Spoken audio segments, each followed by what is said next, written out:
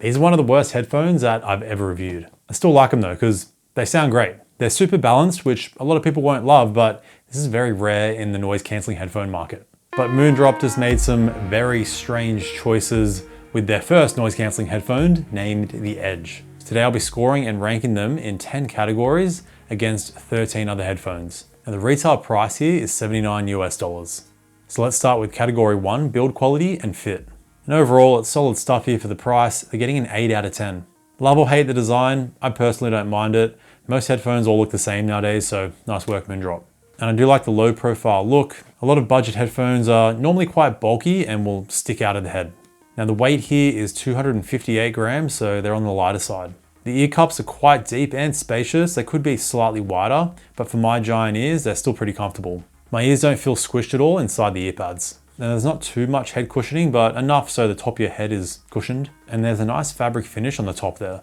Now the ear pads are quite breathable. I had the headphones on for a couple hours straight and they only got slightly warm. The headband adjustment though is pretty interesting. It's not your regular click-in adjustment. So it does require a decent pull to adjust and it will lock in place in one section, but you can still move it freely to whatever position you like. So when you have it set to your desired length, there's no way it'll move out of place. So I think it's great and it has a nice metal finish.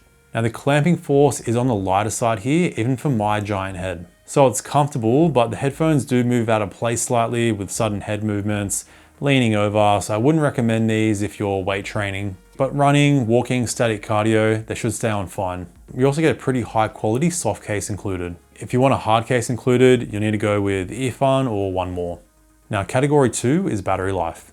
And they're getting the lowest score here of 6.5 out of 10. Because you only get 48 hours with noise cancelling on. That's with Moondrop test using the AAC codec. With noise cancelling and transparency, they have nothing advertised. So I'd say you're getting around 30 hours with noise cancelling on, and a lot of the headphones on my ranking giving you double that. Still, 30 hours is not terrible. You're just gonna have to charge your headphones more often. And these do have fast charge, so charge your headphones for 5 minutes. You're gonna get 4 hours of playback with noise cancelling off on the headphones. Now onto category 3, controls. And they're getting the lowest score here of 6 out of 10, because here's where the strange choices really do show. Now you get simple physical buttons on the right ear cup, which have a nice click to them. You have a noise control button, volume up and down, and then your multifunction, which is play, pause, and powering your headphones on and off. First issue here is that it's hard to know what you're pressing as the buttons are quite flush. The multi-function button is indented, but only slightly. I did get used to it, but every time I go for a press, I need to feel around more than I would like. Now you can skip tracks forward with a double tap on the multi-function button, but there's no way to skip tracks back, which could easily have just been a triple tap. And you don't get a function to summon your voice assistant. The Edge are the only headphone on my ranking that don't allow this. Now another strange choice is that the volume up button is on the bottom, volume down is on the top. So just imagine you're using your headphones. Normally the button at the top is going to be volume up. So I think that they should reverse that one there. Like I said, strange choices. But you are able to triple tap the noise cancelling button to turn the low latency mode on or off. And you can customize the noise control button so you can choose 2 out of the 3 options there, or change the order, which is nice to see. Now category 4 is connectivity. And the Edge, you get a score of 9 out of 10. So you get Bluetooth 5.4, SBC, AAC, and LDAC. You do get multi-point connections, so you can have 2 devices connected to the headphones at the same time. You just need to pause playback on one device before you play it on the other device, and it normally takes about 3 to 4 seconds for that audio to kick in. Now in terms of latency when watching movies and videos, it's completely fine. Gaming latency is not great unless you turn the low latency mode on with that triple tap on the noise control button. And now the latency is at a very suitable level, even if you're into quick reaction games like shooters. Now it's good to see that you do get a low latency mode because there's no way to use the headphones wired. There's no 3.5mm jack and you can't transmit audio over USB-C, which should really be an option. Every headphone on my ranking except the Edifier 700 allow you to do this. They're still getting the score of 9 because I don't count this in the connectivity section. Wired listening gets scored later in sound extras. But now onto category 5, call quality. And I've run through 3 tests here. Quiet room, simulation crowd noise, and a simulation windy city with construction noise. Total score is the average of all 3 tests. First off, you can't mute your microphone using the controls on the headphones. Most headphones you can't do this though, but what you are able to do is switch between noise cancelling on, transparency, and noise cancelling off using the controls. Surprisingly, a lot of headphones don't allow this. Now here's the scoring for all the headphones. The Edge, you get a 7.5 out of 10. So they're up there, but that's mainly because the quiet room test they perform very well in. Crowd noise in the windy city, not so great, but pretty much all the headphones really struggle in that Windy City test. So here are some samples compared to one of the highest ranked Edifier 800BT Pro. Alright, here's a call quality of the Moondrop Edge in a quiet room. Alright, here's a call quality of the Edifier 800BT Pro in a quiet room. Alright, now let's see how the microphones block out some simulation crowd noise. Alright, here's a call quality of the Moondrop Edge with some simulation crowd noise. Alright, here's a call quality of the Edifier 800BT Pro with some simulation crowd noise. Alright, now we have some city noise, some construction noise, and some simulation wind. Alright, here's some call quality of the Moondrop Edge with some city noise, some construction noise, and some simulation wind. Alright, here's some call quality of the Edifier 800BT Pro with some city noise, construction noise, and some simulation wind. Alright, category 6 is app customization and extra features. And it's pretty basic stuff here. They're getting a score of 6.5 out of 10. So you can get the Moondrop Link app on iOS or Android. And it's a little slow and buggy at times. Sometimes it would take like 30 seconds for the headphones to connect, but eventually they'll start working. So the first tab there is your noise cancelling settings. So you can switch between modes as well as customize the noise control button. Next is function settings, which just gives you 3 gain options. By default, it's set to high, and I find this actually quite useful if you like listening at very low volumes. You can set that to low. So let's say you want to listen on like the first click of volume, say you're going to bed, you want to listen to some very low level music. That'll make the total volume a lot lower. So I see that as a use for this, but it's a pretty rare feature. Next is Tune EQ, which is basically just 5 EQ presets, which I'll run through later in the sound quality section. Sadly, there's no band EQ. You also have a tab for your firmware updates, and you can download a PDF of the user guide. So you can see why they're getting 6.5, it's pretty basic stuff.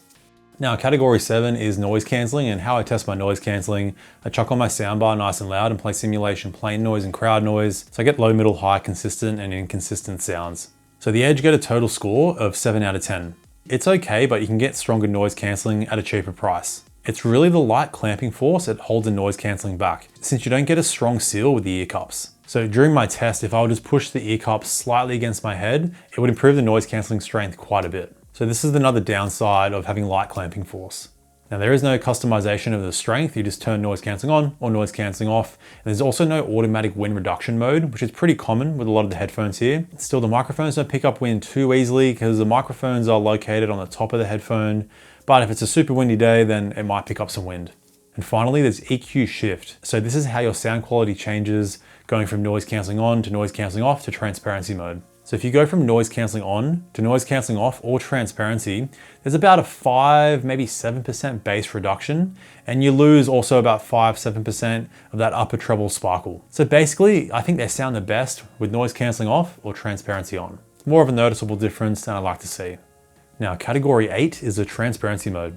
And overall, it's solid stuff. The Edge get an 8.5 out of 10. So it does pick up voices and distant sounds quite clearly. It's pretty natural. I did notice it would amplify distant sounds slightly, like for example, a fan on in the distance. It came across a bit louder than what it actually was. I also noticed that the volume of the transparency was a bit lower in my right ear. I felt a bit more occlusion, so I'm not sure if my pair is buggy or not, but I really have to focus on it to notice it. Now there is some mild occlusion, so when you speak yourself, your own voice doesn't sound that clear. I did get a slight blocked ear effect. For headphone standards, not too bad though. Now you can't customize the strength, it's just transparency on or off, and there's a minimal amount of white noise hiss. You're really gonna notice it if you're in a quiet room, like a completely silent room, but apart from that, it's not too bad.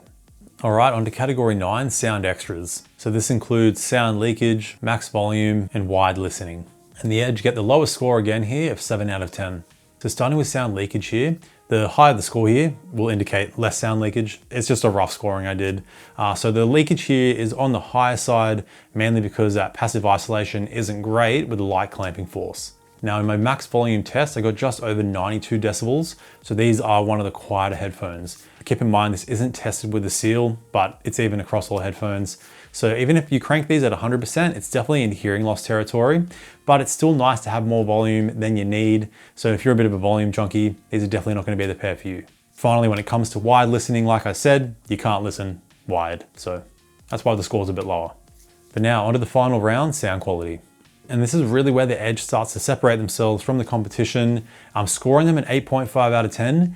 Keep in mind, this is very tricky to score. I was almost going to score them a 9 because, like I said at the start, the sound is accurate, it's natural, it's very balanced, which is very rare, especially in the budget headphone market, because they just sound nothing like any of the headphones on my ranking, because you're getting a smooth, balanced response here across all the frequencies. Now, I'm a bit of a bass head. I like me some bass, but like not over the top kind of bass, but I can still appreciate this type of sound. The bass is clean, punchy, and accurate. A bit lacking in the sub-bass department, but the benefit of having this clean bass response is that the mids really stand out incredibly well. Vocals are still natural though, and not shouty, so it's not overly boosted. The treble is also super smooth, which just gives you a very relaxed listening experience. I think it's a bit lacking in the upper treble department, but with the flat response overall, you can still pick out details in the treble and upper treble nicely. Now with this smooth treble response, the soundstage is a bit closed in, but it's not terrible. But I don't think an open soundstage is what Moondrop was going for. They're giving you a balanced tuning and you're getting the best instrument separation out of all the headphones on this ranking. Now, like I said, I appreciate the sound, but I do like me a bit of extra bass. So luckily you do get a bass boost EQ preset in there, which only subtly boosts the bass. So even with the bass boost EQ preset on, all the headphones on my ranking still have noticeably more bass than the Moondrop Edge. But I find having this preset on really just livens up the sound subtly. It still retains the stock tuning, but you get a bit more thump in your bass. I notice things like the low end from distorted guitar stand out more. Kick drums and sub bass stands out a little bit better, but it's still super clean. Now again, this is still not my type of sound, but I really enjoyed listening to all types of music with these headphones. Like I said, the instrument separation is just very impressive, and everything, vocals, instrumentation, percussion, all comes across super clear, but natural at the same time. And that smooth treble gives you just a very relaxed listening experience. Even if you're listening to like a song that is just mastered terribly, you're not gonna get harsh or sibilant treble. Do keep in mind the EQ shift though that I mentioned earlier. So with noise cancelling off, there's slightly less bass and upper treble, which you might prefer. Like if you're going for a balanced sound, you might prefer the sound with noise cancelling on, but I still think they sound the best with the transparency mode on or with noise cancelling off. Slightly more bass and that upper treble sparkle, it's like a 5% improvement. Now, I honestly don't think most people are gonna like the sound here. If you would have asked me 5 years ago, I would have hated the sound, but the more I've reviewed audio products over the last 5 years, I'm starting to appreciate the more clean, natural tunings. So if that's what you're looking for, these are gonna be the headphone for you. But that wraps up all 10 categories, and before we go into the final score, here's how you can customize the scoring with my free spreadsheet linked below. On there, you can compare all the headphones easily. You get notes for each score, a specifications tab, and a core quality tab with all the scores. And to personalize the scoring, just fill out a number in the importance column, and that'll multiply the entire category, which will give you a new total score for all the headphones and a new custom ranking. But now the final scores are in, and the Edge finished with 75.5 out of 100. So they're second last, but the Habit headphones are only last since they don't have an app, so they got a score of 0 for that. And as you can tell throughout the video, the Edge have their quirks, but they do separate themselves with their clean sound. And they still function well enough, like they're comfortable, just got to get used to the reverse volume up and down. But if you are looking for a better all-rounder, be sure to check out my Edifier 830 NB review right here. Thanks a lot for tuning in, stay picky, and I'll see you in the next video. Bye now.